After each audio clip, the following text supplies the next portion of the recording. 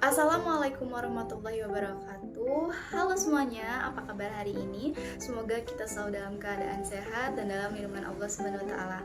Perkenalkan, nama saya Sylvia Aprilia dengan NIM 1806442 dari Pendidikan Sosiologi Fakultas Pendidikan Ilmu Pengetahuan Sosial Universitas Pendidikan Indonesia.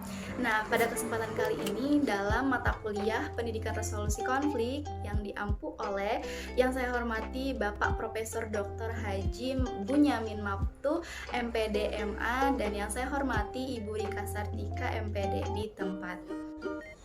Nah, sebelum saya membahas lebih jauh lagi, izinkan saya untuk menyampaikan manfaat selama saya mengikuti perkuliahan, yang dimana saya mendapatkan pengalaman dan juga wawasan pengetahuan yang baru. Saya mengetahui apa yang dimaksud dengan konflik, dampak dari konflik tersebut, perbedaan respon terhadap konflik dan hasilnya, dan juga saya bisa menganalisis konflik-konflik yang terjadi di sekitar lingkungan tempat tinggal saya. Ada beberapa poin yang akan dibahas. Yang pertama mengenai pengertian konflik itu sendiri, kemudian pengertian konflik menurut ahli, pengertian tindakan kekerasan, kita berangkat kepada contoh kasus, kemudian analisis sumber konflik menggunakan teori yang relevan. Nah, selanjutnya yang terakhir ada upaya untuk mengatasi konflik tersebut atau mengatasi tindakan kekerasan tersebut.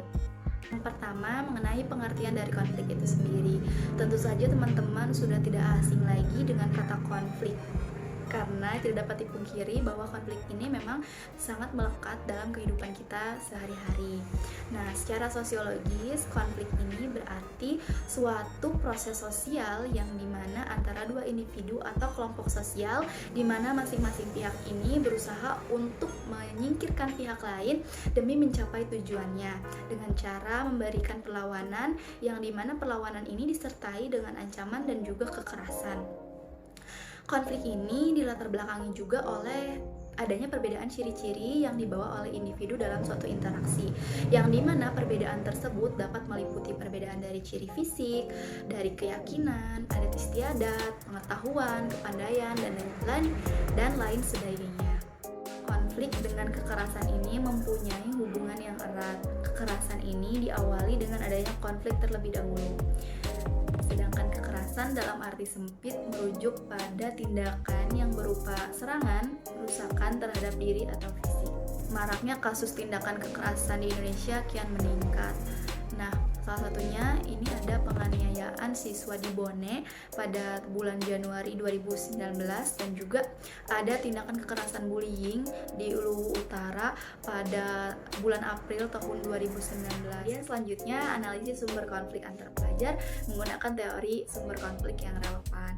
Yang pertama itu ada dari teori social identity theory atau teori identitas yang dikemukakan oleh Henry Tazfeld, yang dimana konflik ini dilihat sebagai upaya untuk meningkatkan identitas dari kelompok sosial dan harga diri dari kelompok para anggotanya.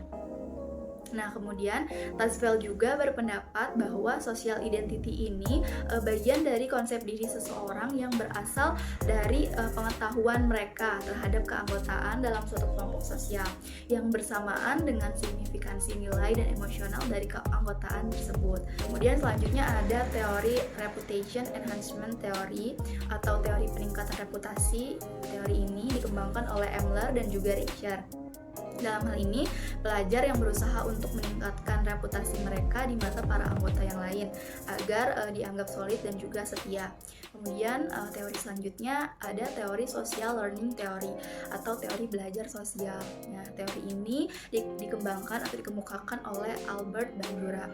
Nah, merupakan pembelajaran yang tercipta ketika seseorang mengamati atau meniru perilaku orang lain. Yang terakhir, apa sih upaya atau solusi yang dapat dilakukan untuk mencegah dan mengatasi tindakan kekerasan yang berawal dari konflik di kalangan pelajar ataupun mahasiswa?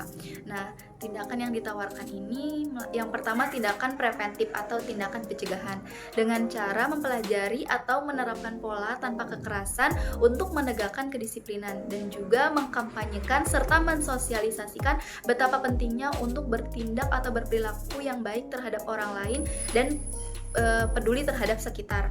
Nah, apabila sudah terjadi tindak kekerasan ini, maka solusi yang ditawarkan adalah sanksi pidana sebagai wujud dari penegakan hukum, yang dimana pihak yang berwajiblah yang berwenang.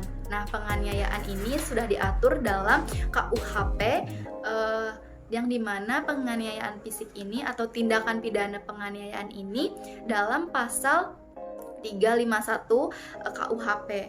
Nah, sekian dari saya, Sylvia Aprilia. Kita bertemu lagi nanti di lain kesempatan. Kurang lebihnya mohon maaf. Semoga kita selalu dalam lindungan Allah dan selalu bersyukur. Jangan lupa untuk selalu menebarkan senyum terhadap sesama, karena senyum merupakan salah satu ibadah yang paling ringan. Nah, terima kasih atas perhatiannya. Wassalamualaikum warahmatullahi wabarakatuh.